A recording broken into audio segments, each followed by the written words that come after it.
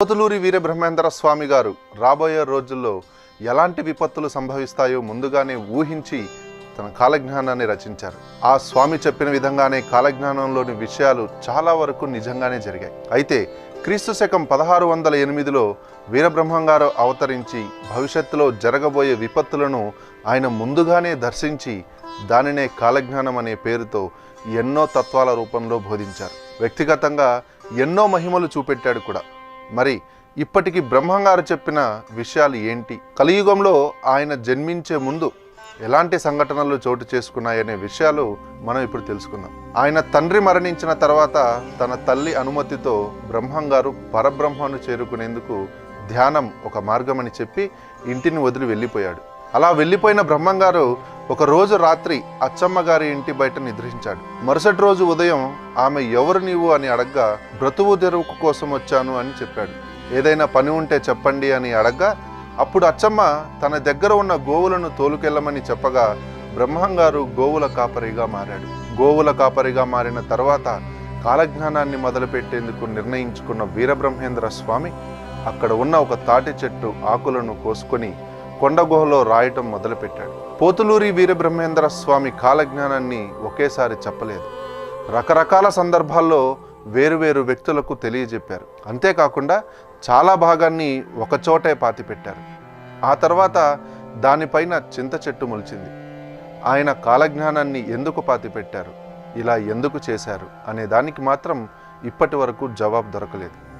బ్రహ్మంగారి కాలజ్ఞానంలో ఇప్పటి వరకు జరిగిన కొన్ని నిజాలు ఏంటంటే, కాశీలోని దేవాలయం 40 రోజులు పాడుబడుతుంది అని చెప్పాడు. ఆయన చెప్పిన విధంగానే 1910-12 మధ్యలో గంగానదికి తీవ్రంగా వరదలు వచ్చాయి. ఆ సమయంలో అక్కడ కలరా వ్యాపించింది. దీనివలన ఆ సమయంలో కాశీ పుణ్యక్షేత్రం సందర్శించేందుకు భక్తులెవరూ వెళ్ళలేదు. ఇక ఆ తర్వాత రెండో విషయం ఏంటంటే, రాచరికాలు రాజుల పాలన నశిస్తాయి అని చెప్పాడు. ఇప్పుడు భారతదేశంతో రాచరిక వ్యవస్థ అనేది లేదు. ఒక అంబ 16 సంవత్సరాలు రాజ్యమేలుతుంది అన్నాడు. ఇక ఇందిరాగాంధీ 16 సంవత్సరాల పాటు మన దేశానికి ప్రధానమంత్రిగా ఉన్నారు. బ్రాహ్మణులు అగ్రహారాలు నశించిపోతాయి ఇప్పటి వరకు తెలియదు, కానీ 100 సంవత్సరాల క్రిందటి వరకు కూడా బ్రాహ్మణులకు 100 ఎకరాల్లో కూడిన అగ్రహారాలు ఉండేవి. ప్రస్తుతం ఎక్కడా అగ్రహారాలు లేవు. జనసంఖ్య విపరీతంగా పెరుగుతుంది అన్నాడు. ప్రస్తుతం ప్రపంచ జనాభా విపరీతంగా పెరిగిపోయింది. చిత్ర విచిత్రమైన యంత్రాలు వస్తాయి, కానీ చావు పుట్టుకలు మాత్రం కనుగొనలేకపోతారు అని అన్నారు. సృష్టిని మార్చడానికి ఎన్నో ప్రయత్నాలు చేస్తారు. చనిపోయిన వారిని బతికించే యంత్రం, మనుషుల్ని పుట్టించే యంత్రాన్ని ఇప్పటి వరకు కనుక్కోలేదు. రావణ కాష్టము కల్లోలము చెలరేగి దేశాన్ని అల్లకల్లోల పట్టెను. రావణుని దేశం అంటే శ్రీలంక. శ్రీలంకలో తమిళులు శ్రీలంక వాసుల మధ్య జాతి కలహాలు మొదలయ్యాయి. నీళ్లతో దీపాలను వెలిగిస్తారు అని చెప్పాడు. ప్రస్తుతం నీటి నుండే విద్యుత్ వస్తుంది. ఈ హైడ్రో ఎలక్ట్రిసిటీ గురించి 100 ఏళ్ల కిందటే బ్రహ్మంగారు చెప్పడం జరిగింది. గట్టివాడైన పొట్టివాడొకడు దేశాన్ని పాలిస్తాడు అని అన్నారు. ఇప్పటి వరకు దేశాన్ని పాలించిన ప్రధానులలో పొట్టివాడైన లాల్ బహదూర్ శాస్త్రి సమర్థవంతమైన పాలనను అందించారని చెప్పుకోవచ్చు. కపట యోగులు విపరీతంగా పెరిగిపోతారు అని అన్నారు. ఆయన చెప్పినట్టుగానే ప్రస్తుతం దొంగ బాబాలు ఎక్కువగా ప్రజలని మోసం చేస్తున్నారు. వేశ్యల వల్ల ప్రజలు భయంకర రోగాలకు గురవుతారు అని అన్నారు. వావి వరుసలు లేకుండా మనుషులు మృగాల్లా ప్రవర్తిస్తారు అన్నారు. ప్రస్తుతం ప్రపంచాన్ని గడగడలాడిస్తున్న ఎయిడ్స్ వ్యాధికి మందే లేదు. ఈ వ్యాధి వచ్చిన వారు మరణించక తప్పదు. అక్రమ సంబంధాలు ఇటీవల విపరీతంగా పెరిగి హత్యలకు దారితీస్తున్నాయి. విదేశీయులు వచ్చి భారతదేశాన్ని పరిపాలిస్తారని చెప్పాడు బ్రహ్మంగారు. ఆయన చెప్పినట్లే బ్రిటిష్ వారి చేతుల్లో భారతదేశంలోని ప్రజలు చాలా సంవత్సరాలు బానిసలుగా బ్రతికారు.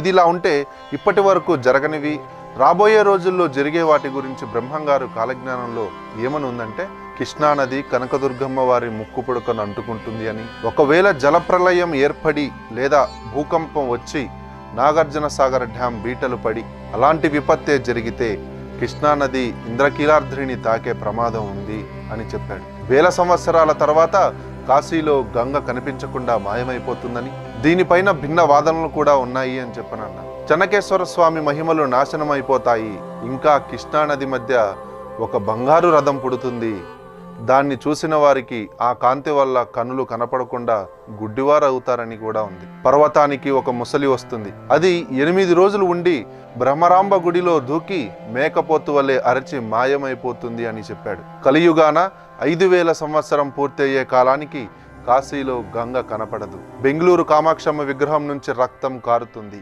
వేప చెట్టు నుంచి అమృతం కారుతుంది. శ్రీశైలానికి దక్షిణాన కొండల నుండి రాళ్ళు దొర్లిపడి జననష్టం జరుగుతుంది. పగిలిన రాతి ముక్కలు లేచి ఆకాశాన ఎగురుతాయని చెప్పారు.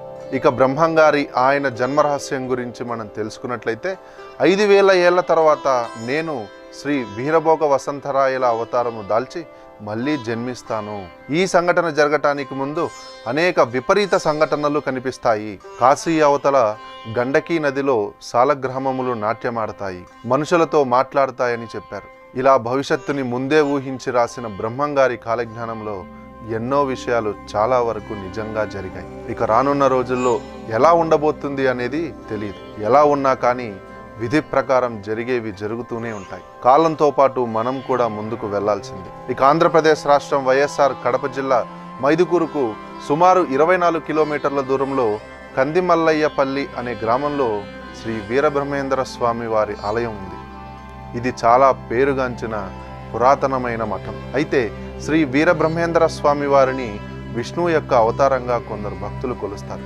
ఇక క్రీస్తు శకం 1694 సంవత్సరంలో వైశాఖ శుద్ధ దశమి ఆదివారం మధ్యాహ్నం 2:30 గంటలకి శ్రీ వీరబ్రహ్మేంద్ర స్వామి వారు భక్తుల సమక్షంలో జీవ సమాధి యందు ప్రవేశించారు. ప్రతి సంవత్సరం వేలాది భక్తులు దీక్ష వహించి బ్రహ్మంగారి మఠమునకు వచ్చి శ్రీ వీరబ్రహ్మేంద్ర స్వామి వారి జీవ సమాధిని భక్తి శ్రద్ధలతో దర్శిస్తారు. పోతులూరి వీరబ్రహ్మేంద్ర స్వామి గారు రాబోయే రోజుల్లో ఎలాంటి విపత్తులు సంభవిస్తాయో ముందుగానే ఊహించి తన కాలజ్ఞానాన్ని రచించారు.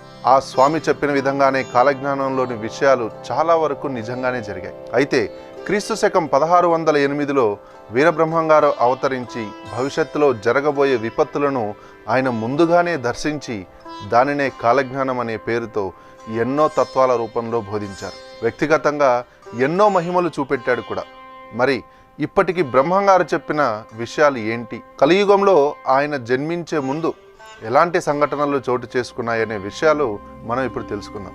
ఆయన తండ్రి మరణించిన తర్వాత తన తల్లి అనుమతితో బ్రహ్మంగారు పరబ్రహ్మను చేరుకునేందుకు ధ్యానం ఒక మార్గమని చెప్పి ఇంటిని వదిలి వెళ్ళిపోయాడు. అలా వెళ్ళిపోయిన బ్రహ్మంగారు ఒక రోజు రాత్రి అచ్చమ్మ గారి ఇంటి బయట నిద్రించాడు. మరుసటి రోజు ఉదయం ఆమె ఎవరు నీవు అని అడగ్గా బ్రతువు తెరువు కోసం వచ్చాను అని చెప్పాడు. ఏదైనా పని ఉంటే చెప్పండి అని అడగ్గా అప్పుడు అచ్చమ్మ తన దగ్గర ఉన్న గోవులను తోలుకెళ్ళమని చెప్పగా బ్రహ్మంగారు గోవుల కాపరిగా మారాడు. గోవుల కాపరిగా మారిన తర్వాత కాలజ్ఞానాన్ని మొదలుపెట్టేందుకు నిర్ణయించుకున్న వీరబ్రహ్మేంద్ర స్వామి అక్కడ ఉన్న ఒక తాటి చెట్టు ఆకులను కోసుకొని కొండగుహలో రాయటం మొదలుపెట్టాడు. పోతులూరి వీరబ్రహ్మేంద్ర స్వామి కాలజ్ఞానాన్ని ఒకేసారి చెప్పలేదు. రకరకాల సందర్భాల్లో వేరువేరు వ్యక్తులకు తెలియజెప్పారు. అంతేకాకుండా చాలా భాగాన్ని ఒకచోటే పాతిపెట్టారు. ఆ తర్వాత దానిపైన చింత చెట్టు మొలిచింది. ఆయన కాలజ్ఞానాన్ని ఎందుకు పాతిపెట్టారు, ఇలా ఎందుకు చేశారు అనే దానికి మాత్రం ఇప్పటి వరకు జవాబు దొరకలేదు. బ్రహ్మంగారి కాలజ్ఞానంలో ఇప్పటి వరకు జరిగిన కొన్ని నిజాలు ఏంటంటే, కాశీలోని దేవాలయం 40 రోజులు పాడుబడుతుంది అని చెప్పాడు. ఆయన చెప్పిన విధంగానే 1910-12 మధ్యలో గంగానదికి తీవ్రంగా వరదలు వచ్చాయి. ఆ సమయంలో అక్కడ కలరా వ్యాపించింది. దీని వలన ఆ సమయంలో కాశీ పుణ్యక్షేత్రం సందర్శించేందుకు భక్తులెవరూ వెళ్ళలేదు. ఇక ఆ తర్వాత రెండో విషయం ఏంటంటే, రాచరికాలు రాజుల పాలన నశిస్తాయి అని చెప్పాడు. ఇప్పుడు భారతదేశంతో రాచరిక వ్యవస్థ అనేది లేదు. ఒక అంబ 16 సంవత్సరాలు రాజ్యమేలుతుంది అన్నాడు. ఇక ఇందిరాగాంధీ 16 సంవత్సరాల పాటు మన దేశానికి ప్రధానమంత్రిగా ఉన్నారు. బ్రాహ్మణులు అగ్రహారాలు నశించిపోతాయి ఇప్పటి వరకు తెలియదు, కానీ 100 సంవత్సరాల క్రిందటి వరకు కూడా బ్రాహ్మణులకు 100 ఎకరాల్లో కూడిన అగ్రహారాలు ఉండేవి. ప్రస్తుతం ఎక్కడా అగ్రహారాలు లేవు. జనసంఖ్య విపరీతంగా పెరుగుతుంది అన్నాడు. ప్రస్తుతం ప్రపంచ జనాభా విపరీతంగా పెరిగిపోయింది. చిత్ర విచిత్రమైన యంత్రాలు వస్తాయి, కానీ చావు పుట్టుకలు మాత్రం కనుగొనలేకపోతారు అని అన్నారు. సృష్టిని మార్చడానికి ఎన్నో ప్రయత్నాలు చేస్తారు. చనిపోయిన వారిని బతికించే యంత్రం, మనుషుల్ని పుట్టించే యంత్రాన్ని ఇప్పటి వరకు కనుక్కోలేదు. రావణ కాష్టము కల్లోలము చెలరేగి దేశాన్ని అల్లకల్లోల పట్టెను రావణుని దేశం అంటే శ్రీలంక. శ్రీలంకలో తమిళులు శ్రీలంక వాసుల మధ్య జాతి కలహాలు మొదలయ్యాయి. నీళ్లతో దీపాలను వెలిగిస్తారు అని చెప్పాడు. ప్రస్తుతం నీటి నుండే విద్యుత్ వస్తుంది. ఈ హైడ్రో ఎలక్ట్రిసిటీ గురించి 100 ఏళ్ల కిందటే బ్రహ్మంగారు చెప్పడం జరిగింది. గట్టివాడైన పొట్టివాడొకడు దేశాన్ని పాలిస్తాడు అని అన్నారు. ఇప్పటి వరకు దేశాన్ని పాలించిన ప్రధానులలో పొట్టివాడైన లాల్ బహదూర్ శాస్త్రి సమర్థవంతమైన పాలనను అందించారని చెప్పుకోవచ్చు. కపట యోగులు విపరీతంగా పెరిగిపోతారు అని అన్నారు. ఆయన చెప్పినట్టుగానే ప్రస్తుతం దొంగ బాబాలు ఎక్కువగా ప్రజలని మోసం చేస్తున్నారు. వేశ్యల వల్ల ప్రజలు భయంకర రోగాలకు గురవుతారు అని అన్నారు. వావి వరుసలు లేకుండా మనుషులు మృగాల్లా ప్రవర్తిస్తారు అన్నారు. ప్రస్తుతం ప్రపంచాన్ని గడగడలాడిస్తున్న ఎయిడ్స్ వ్యాధికి మందే లేదు. ఈ వ్యాధి వచ్చిన వారు మరణించక తప్పదు. అక్రమ సంబంధాలు ఇటీవల విపరీతంగా పెరిగి హత్యలకు దారితీస్తున్నాయి. విదేశీయులు వచ్చి భారతదేశాన్ని పరిపాలిస్తారని చెప్పాడు బ్రహ్మంగారు. ఆయన చెప్పినట్లే బ్రిటిష్ వారి చేతుల్లో భారతదేశంలోని ప్రజలు చాలా సంవత్సరాలు బానిసలుగా బ్రతికారు. ఇదిలా ఉంటే ఇప్పటి వరకు జరగనివి రాబోయే రోజుల్లో జరిగే వాటి గురించి బ్రహ్మంగారు కాలజ్ఞానంలో ఏమని ఉందంటే, కృష్ణానది కనకదుర్గమ్మ వారి ముక్కు పుడకను అంటుకుంటుంది అని, ఒకవేళ జలప్రలయం ఏర్పడి లేదా భూకంపం వచ్చి నాగార్జున సాగర్ డ్యాం బీటలు పడి అలాంటి విపత్తే జరిగితే కృష్ణానది ఇంద్రకీలాద్రిని తాకే ప్రమాదం ఉంది అని చెప్పాడు. వేల సంవత్సరాల తర్వాత కాశీలో గంగ కనిపించకుండా మాయమైపోతుందని, దీనిపైన భిన్న వాదనలు కూడా ఉన్నాయి అని చెప్పనన్నారు. చెన్నకేశ్వర స్వామి మహిమలు నాశనమైపోతాయి, ఇంకా కృష్ణానది మధ్య ఒక బంగారు రథం పుడుతుంది, దాన్ని చూసిన వారికి ఆ కాంతి వల్ల కనులు కనపడకుండా గుడ్డివారు అవుతారని కూడా ఉంది. పర్వతానికి ఒక ముసలి వస్తుంది, అది 8 రోజులు ఉండి బ్రహ్మరాంబ గుడిలో దూకి మేకపోతు వల్లే అరచి మాయమైపోతుంది అని చెప్పాడు. కలియుగాన 5000 సంవత్సరం పూర్తయ్యే కాలానికి కాశీలో గంగ కనపడదు. బెంగళూరు కామాక్షమ్మ విగ్రహం నుంచి రక్తం కారుతుంది, వేప చెట్టు నుంచి అమృతం కారుతుంది. శ్రీశైలానికి దక్షిణాన కొండల నుండి రాళ్ళు దొర్లిపడి జననష్టం జరుగుతుంది, పగిలిన రాతి ముక్కలు లేచి ఆకాశాన్ని ఎగురుతాయని చెప్పారు. ఇక బ్రహ్మంగారి ఆయన జన్మరహస్యం గురించి మనం తెలుసుకున్నట్లయితే, 5000 ఏళ్ల తర్వాత నేను శ్రీ వీరభోగ వసంతరాయల అవతారము దాల్చి మళ్ళీ జన్మిస్తాను. ఈ సంఘటన జరగటానికి ముందు అనేక విపరీత సంఘటనలు కనిపిస్తాయి. కాశీ అవతల గండకీ నదిలో సాలగ్రామములు నాట్యమాడతాయి, మనుషులతో మాట్లాడతాయని చెప్పారు. ఇలా భవిష్యత్తుని ముందే ఊహించి రాసిన బ్రహ్మంగారి కాలజ్ఞానంలో ఎన్నో విషయాలు చాలా వరకు నిజంగా జరిగాయి. ఇక రానున్న రోజుల్లో ఎలా ఉండబోతుంది అనేది తెలియదు. ఎలా ఉన్నా కానీ విధి ప్రకారం జరిగేవి జరుగుతూనే ఉంటాయి. కాలంతో పాటు మనం కూడా ముందుకు వెళ్లాల్సింది. ఇక ఆంధ్రప్రదేశ్ రాష్ట్రం వైఎస్ఆర్ కడప జిల్లా మైదుకూరుకు సుమారు 24 కిలోమీటర్ల దూరంలో కందిమల్లయ్యపల్లి అనే గ్రామంలో శ్రీ వీరబ్రహ్మేంద్ర స్వామి వారి ఆలయం ఉంది. ఇది చాలా పేరుగాంచిన పురాతనమైన మఠం. అయితే శ్రీ వీరబ్రహ్మేంద్ర స్వామి వారిని విష్ణువు యొక్క అవతారంగా కొందరు భక్తులు కొలుస్తారు.